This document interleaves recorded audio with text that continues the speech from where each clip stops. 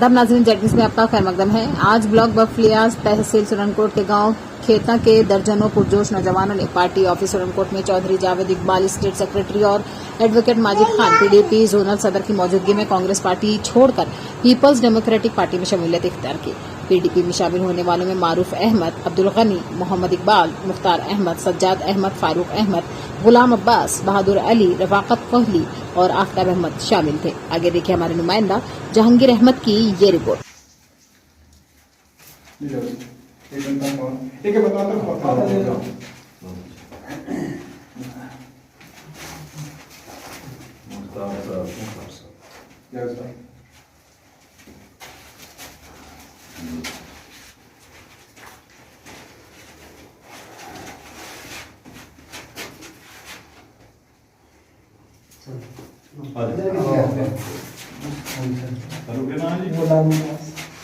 phone मेरा number रख रही हो, गपशप लाइयो बाद